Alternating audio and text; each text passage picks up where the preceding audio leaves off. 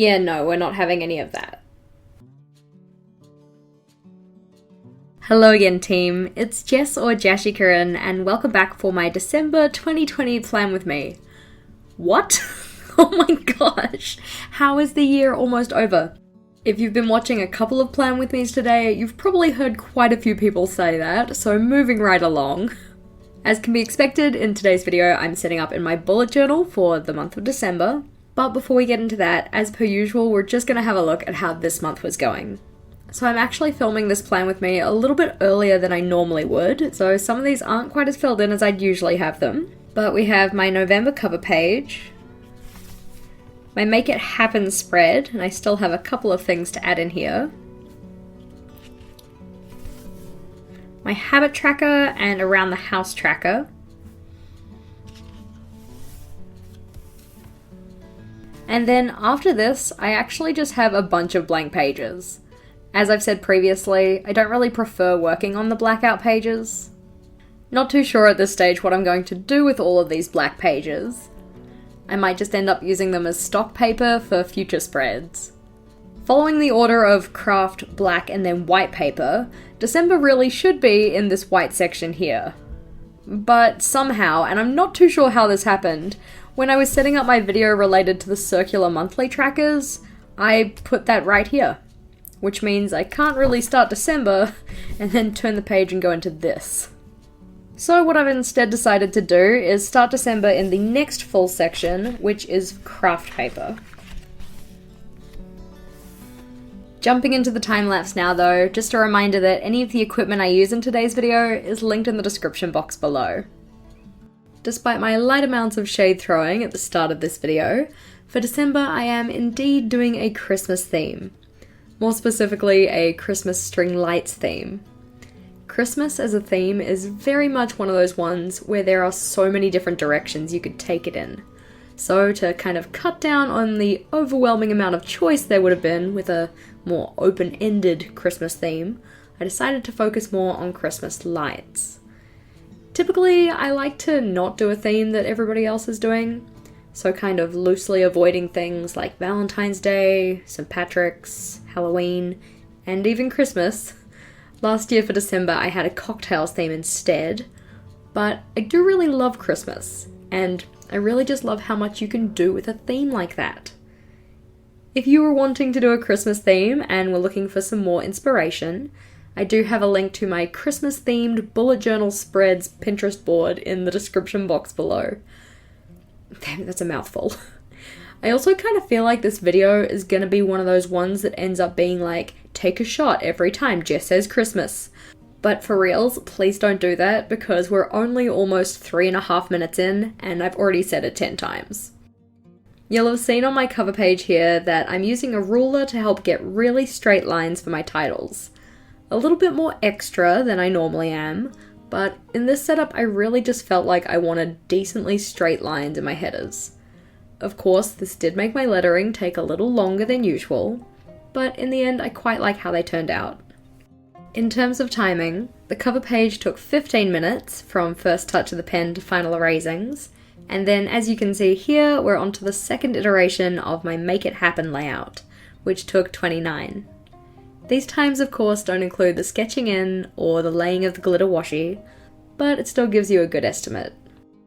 For my Make It Happen layout in December, I've condensed this down to one page with 16 boxes to house each of my tasks. Each of those boxes are 3 centimeters tall by 3 centimeters wide.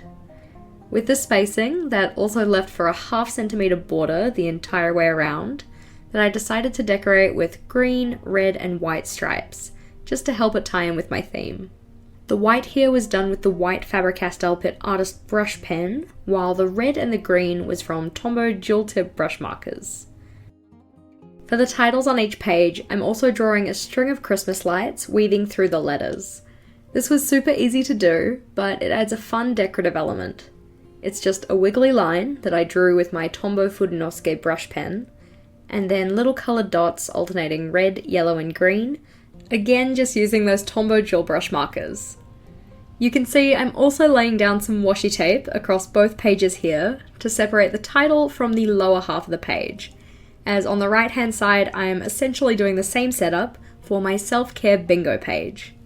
I really enjoyed having that one in my journal for September and October, so I wanted to bring it back for the final month of 2020. In terms of timing, as I knew what I wanted to achieve by that point, that page took a little less time to set up, coming in at 27 minutes. Just while I'm finishing up on this page, and as a little announcement for anyone that didn't know already, for the month of December, rather than doing something like Vlogmas, I'm going to be doing a 12 Days of Christmas mini-series, where for 12 of the days between December 1st and 25th, I'll be releasing a Plan With Me video of me setting up a Christmas-related layout. I'm really excited to getting into doing that. I've already started sketching out some of them, but I'd love to know what kind of Christmas or holiday-related spreads do you guys like to use, either at this time of year or at others. With regards to these layouts here though, I don't actually populate any of the tasks in either during this video. At this stage, I know that some of those boxes on the Make It Happen layout are going to be filled with things like cleaning up the house and celebrating with various groups of people. But I'd be curious to know, what kind of things do you guys have coming up in December that you're looking forward to? And if you have any ideas for my self-care bingo board, I'd very much appreciate the suggestions. Flipping over, we're on to the most time-consuming spread of this setup, the mood tracker.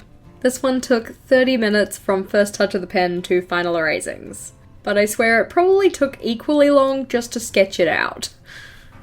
This was very much because I'm a bit of a perfectionist, and I don't really excel in making free-form shapes, like the spool of Christmas lights that I drew for this one.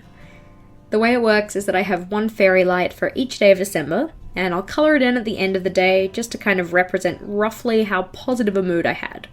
Not a super original idea, but I'm excited to fill it in. For my worst or most negative moods though, I decided I'm going to leave the light not filled in, as if the bulb was broken. I know that Christmas lights don't typically work in that way. If one is out, then usually a whole section of them are out, but I thought it was a cute idea all the same. You can see that I drew the wire in for the lights, again with my Fudenosuke pen, which led to uneven line thickness. That part I was honestly fine with, but I got weirdly obsessed with making all of the curves smooth. I didn't want any kinks in my wire. This is what most of my time on this spread was spent doing, but thanks to the joys of editing, we don't have to suffer through that like past Jess did. To draw in each of the lights though, I started with a small black square on the wire, and then drew 2 lines coming out of this. These are going to represent the internal wiring of each bulb, and then the outside of the bulb was drawn as what could best be described as either a very rounded diamond or a slightly angular looking oval. I'm not gonna lie, I'm really proud of how this one turned out. As I said, irregular or more organic shapes are very outside of my comfort zone, and I really love how this one looks. Mood tracker down, onto my habit tracker. Despite it having an excessive amount of ruling, this one actually took the least amount of time to set up, coming in at 20 minutes. For December, I've decided to go back to a vertical habit tracker. This is very much my tried and true style. I can rely on it to work well, and I'm hoping that I can get good completion percentage on my habits because of it. This one I'll be filling in with my red, yellow, and green tombos as the habits are completed, likely with each adjacent column having a different colour. This is totally a repeat of the tracker I used in December 2018, but you know what? That's fine with me. Time for what is essentially becoming a staple in my setups, my around the house or chores tracker, again done with the awesome stencil from Erin Floto Designs. I really love how much easier this stencil makes setting up a visually interesting tracker, even if my chore completion is still pretty shocking. This one took 23 minutes from sticking the stencil to the page. I like to use some spare washi tape to do this, just so the stencil doesn't move while I'm trying to trace, because that would lead to a lot of time and effort spent making sure it was lined back up again properly. You'll also see that I left some of the boxes out while tracing this one. Those are for days that won't be contained within December. So for the daily habit, I've only drawn in the 31 boxes associated with the month coming, And on the weekly and bi-weekly chores, I only have boxes for weeks that have the day that I normally do the chore. To explain, for instance, for the weekly habits, all of these have the last box missing because each of those tasks are done on a Sunday, and there are only 4 Sundays in December this year. Guys, there really isn't much of 2020 left. I know this year has been quite trying for all of us, and for some the battle is still going. I hope you're all staying safe and you're well. This time last year, I don't think any of us could have predicted just how much of a curveball the new decade was going to throw at us. But I hope you have things to look forward to in December and that we can all make the last little bit of this year count before we go and crush 2021.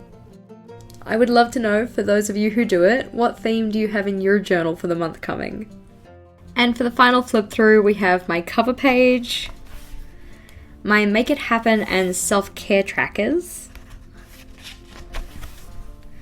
mood tracker and habits tracker, and my around the house tracker. As I mentioned, I do have a lot of exciting videos to come in December, so if you haven't subscribed already and felt so inclined, please do feel free to do that. Otherwise, team, thank you so much for watching. If you liked today's video, please make sure to give it a big thumbs up. And if you wanted to see more from me, feel free to go check out one of my other videos. Until next time, bye!